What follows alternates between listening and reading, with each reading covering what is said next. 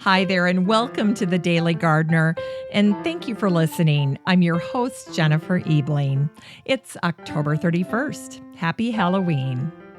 Today we celebrate the gardener who had his home and garden trashed by the Russian Czar, and the poet who wrote one of his most famous poems under the plum tree in his garden. We'll learn about the American landscape architect who never lived to see the big park he had dreamed of. And we'll learn about the horticulturist who created the first international flower show in New York City. We'll hear the October poem about woodbines, or honeysuckle as we know them. And we grow that garden library with an herb-based cookbook. I'll talk about late season cover crops and no, it's not too late. And then we'll have a witty article about shortening tall sunflowers. But first, let's catch up on a few recent events. The midwife and physician Dr. Lodog over at Medicine Lodge Ranch recently wrote a post called 4 Important Herbs for Women and Their Health. And the list may surprise you. It includes raspberries, nettles, lady's mantle, and sage. With the raspberry and nettles, Dr. Lodog uses them to brew a tea. And with the nettles in particular, she also cooks them just like she would spinach. She steams the nettles for 15 minutes and then sautés them in a little olive oil with garlic and salt. Dr. Lodog reminds us that the Latin word for lady's mantle is alchemilla, which stems from the Arabic word for alchemy. Historically, people believed that lady's mantle leaves were a fantastic source of water. Like the raspberry and nettles, this herb can be used as an herbal tea as well. And last but not least, she says sage should be used by women who are making the transition into their sage years. I love that. I love that terminology, our sage years. Sage can ease the symptoms of menopause like hot flashes and night sweats. And a cup of sage tea can help you sleep at night. So bottoms up. In honor of Halloween, I wanted to share a fun post from Arts Nursery Garden Home that was shared back in 2014, and the title of the post was 10 Excellent Plants with Black Foliage. Here's the list: black lace elderberry, Sambucus black tower, black Mondo grass, black scallop Ajuga, and then there's 2 Weigelias, dark horse and fine wine, then brunette snakeroot, 9 bark, Platt's black New Zealand flax, quite a name, and then purple copper beech. Rebecca Vanderzalm did a great job describing all of the plants that are in this post. So if you'd like to check out her detailed descriptions, just head on over to the Facebook group for the show. Just search for the Daily Gardener Community. The next time you're in Facebook, request to join the group. And then once you're in the group, just search for Black Foliage, and this post will pop right up. And finally, on this day in 2011, the United Nations reported that the world population had reached 7 billion.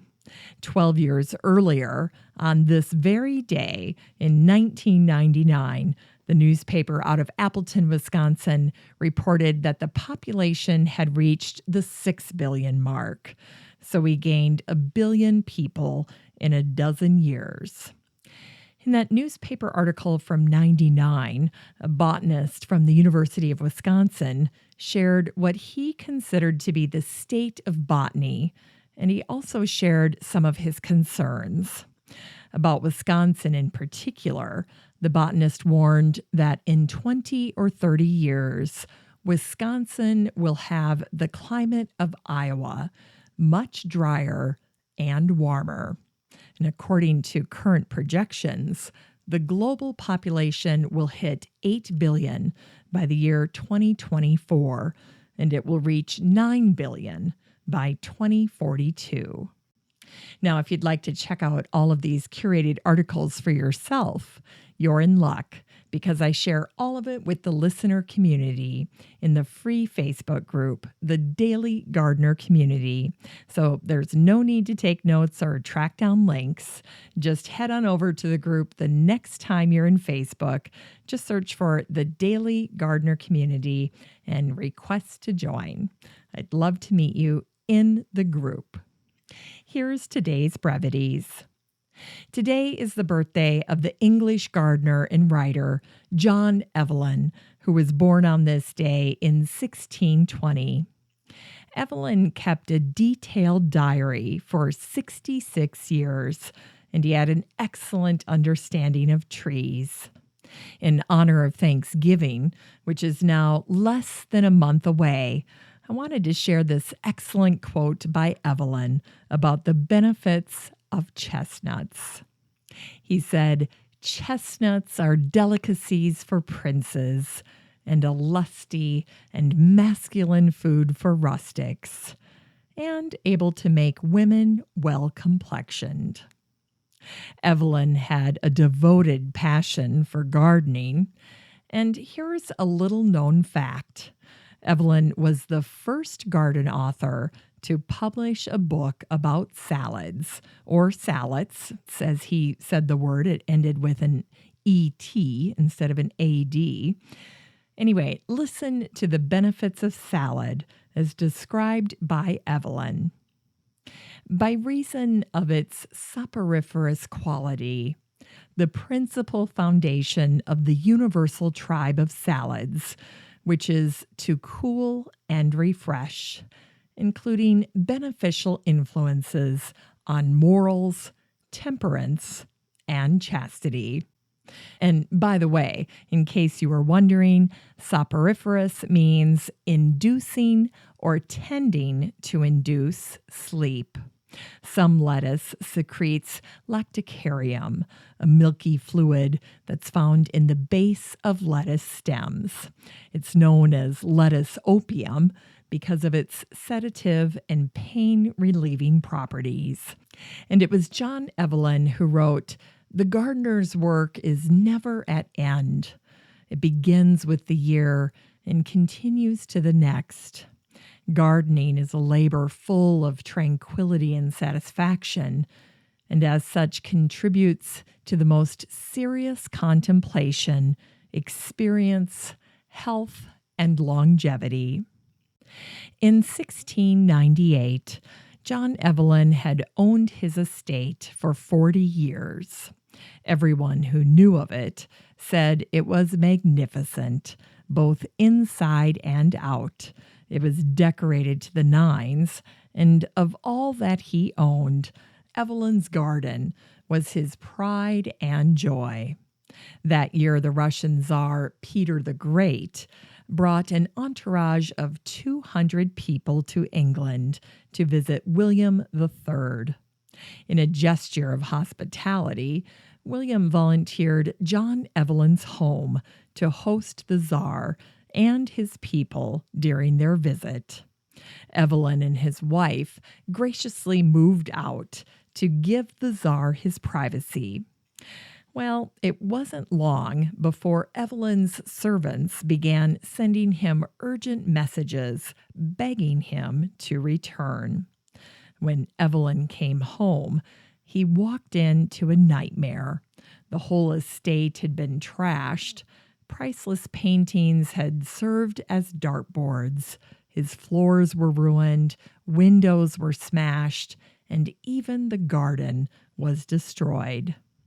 The servants told how the Czar, who was 6'8", had played a game with his friends where they put him in one of Evelyn's wheelbarrows and then raced him through the garden beds, crashing into walls, trees, and hedges. It was a complete disregard for the sanctity of Evelyn's garden. For 20 years, Evelyn had nursed along a hedge of holly that had turned into a glorious living wall. It was ruined, and the party even managed to knock down part of the stone wall that surrounded the garden. It must have been a scene akin to the movie Animal House. Evelyn sent word to the king about what happened, and arrangements were made straight away to move the Tsar to other lodgings. King William settled up with Evelyn to have his property restored. His home needed to be gutted and rebuilt from the floors up. John Evelyn was 78 years old when this happened to him. I'm sure there was no amount of restitution that could restore the years of love that he had spent in his garden. He lived for another 8 years before dying in 1706. And today is the birthday of the English Romantic poet John Keats, who was born on this day in 1795. Keats wrote his famous Ode to a Nightingale after hearing a nightingale singing in his garden.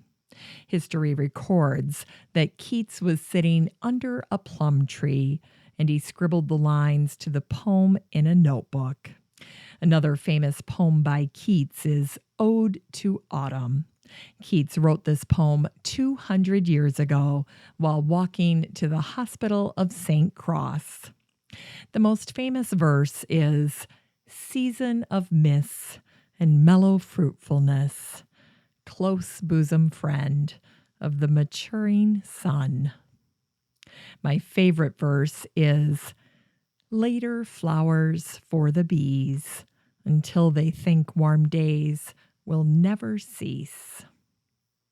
Keats reflected on his Ode to Autumn in a letter to his friend John Reynolds, saying, "How beautiful the season is now, how fine the air, a temperate sharpness about it. Somehow a stubble field looks warm, in the same way that some pictures look warm. This struck me so much in my Sunday's walk that I composed upon it." And today is the birthday of Andrew Jackson Downing, who was born on this day in 1815. Downing was an American horticulturist and the author of The Fruits and Fruit Trees of America, which came out in 1845. He also served as the editor of a magazine called The Horticulturist. It was Downing who first came up with the idea for a New York park. His dream became the park we know today, Central Park. Downing also advocated for individual states to create schools devoted to agriculture. That hope became a reality as well. In 1846, when the National Mall in Washington, D.C. was run down and neglected, it was Downing who came up with plans to revive the space. He wasn't a fan of the rigidity or the formality found in European gardens. Downing wanted to create a public museum of living trees and shrubs, or at least that's what he called it. Instead of a grand avenue, Downing designed 4 separate parks that were connected by curving walkways and featuring many different trees. Sadly, Downing's plans were never fully funded or carried out. In the summer of 1852, Downing boarded a steamship called the Henry Clay. At some point, the steamship got into a race with another boat called the Armenia. When the steamship began to overheat, a fire broke out in the engine room. Now, on board the Henry Clay happened to be a woman that Downing had dated before his marriage. When this woman had jumped into the water to escape the fire, Downing jumped in after her to save her. She panicked and couldn't stop flailing around, and they both drowned. Before Downing had attempted to save the woman, he'd thrown deck chairs off the top of the boat. Downing thought the chairs could be used by people as flotation devices. And he was right. As fate would have it, Downing's wife, Carolyn, survived the disaster by holding on to one of those deck chairs. It was a small consolation to her for the loss of her husband. Downing was just 36 years old when he died. And today is the anniversary of the death of Richard Morris Hunt, who was an American architect during the Gilded Age. Gardeners know Hunt for his collaborations with Frederick Law Olmsted. They worked together on the Vanderbilt Mausoleum and the Chicago World's Fair, but their ultimate collaboration occurred in Asheville, North Carolina, where they worked together to design the gardens, house, and manor village for the Biltmore estate. When he was alive, Hunt wanted to elevate public taste in design and the arts, but he was also flexible enough to meet them where they were. It was Richard Morris Hunt who said, "The first thing you've got to remember is that it's your client's money you're spending. Your goal is to achieve the best results by following their wishes. If they want you to build a house upside down, standing on its chimney, it's up to you to do it." On this day in 1913, the horticulturist Charles Toddy received a medal from the New York Horticultural Society for developing a new rose called Shell Pink Char. Toddy was a shrewd businessman. On April Fool's Day, 1903, he bought a greenhouse business in Madison, New Jersey. Then he opened up a florist shop called Toddy's Flowers on 5th Avenue in New York. Toddy was responsible for establishing the first international flower show in New York City, and he himself won thousands of awards at American flower shows all across the country, and he was credited with introducing the chrysanthemum to America. In 1930, at the beginning of the Great Depression, Toddy spoke to a group of New England flower growers. He encouraged the growers to pull up your belts and go to it, continuing to grow their businesses during the Depression. Toddy said that it was up to the growers to open up new avenues for their products, and that publicity stunts that gave away flowers cheapened the industry. He cautioned that no other trade gave away anything of value, so why should florists? In Unearthed Words, today's selections were chosen in honor of Halloween. The first one is an old Wiccan harvest chant. Corn and grain, all that falls shall rise again. And here's The Woodbines in October by Charlotte Fisk Bates. As dyed in blood, the streaming vines appear, while long and low the wind about them grieves. The heart of autumn must have broken here and poured its treasure out upon the leaves. And we grow that garden library with today's book. It's a cookbook called The Best of Times by Marge Clark. This book is part of my Marge Clark cookbook collection. Her recipes are wonderful, and her cookbooks are beautiful. The 410 pages in this cookbook incorporate herbs from the garden.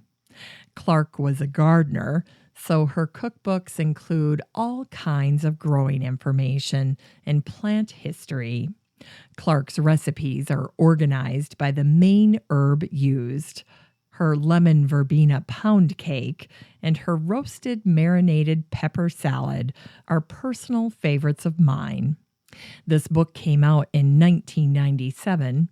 You can get used hardcover copies using the Amazon link in today's show notes for under $4. Here's today's garden chore. Plant late season, cold hardy cover crops in your kitchen or herb garden. If you've never tried a cover crop before, you're in for a treat. Cover crops keep the soil aerated, and they add a layer of protection to your beds in freezing weather. Best of all, cover crops add nutrients as well as nitrogen back into the soil. They're one of the best shoulder season activities that you can do in the garden. Even when you have a cold fall, like we do this year, you can still plant cover crops late, even after the first frost. Thankfully, cover crops germinate quickly, think 7 to 10 days. So amp up your soil health with cover crops now, and your kitchen garden will thank you in the spring. Finally, here's something sweet to revive the little botanic spark in your heart. On this day in 1986, the Tribune out of Seymour, Indiana, shared a post about making sunflowers shorter. Here's what it said. A North Dakota botanist has discovered that an herbicide can shorten the height of sunflowers.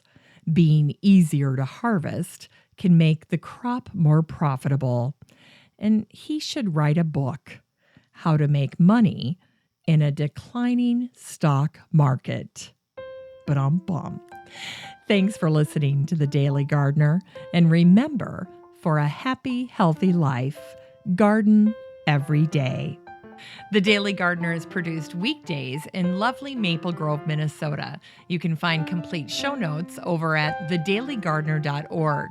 And be sure to share the show with your garden friends.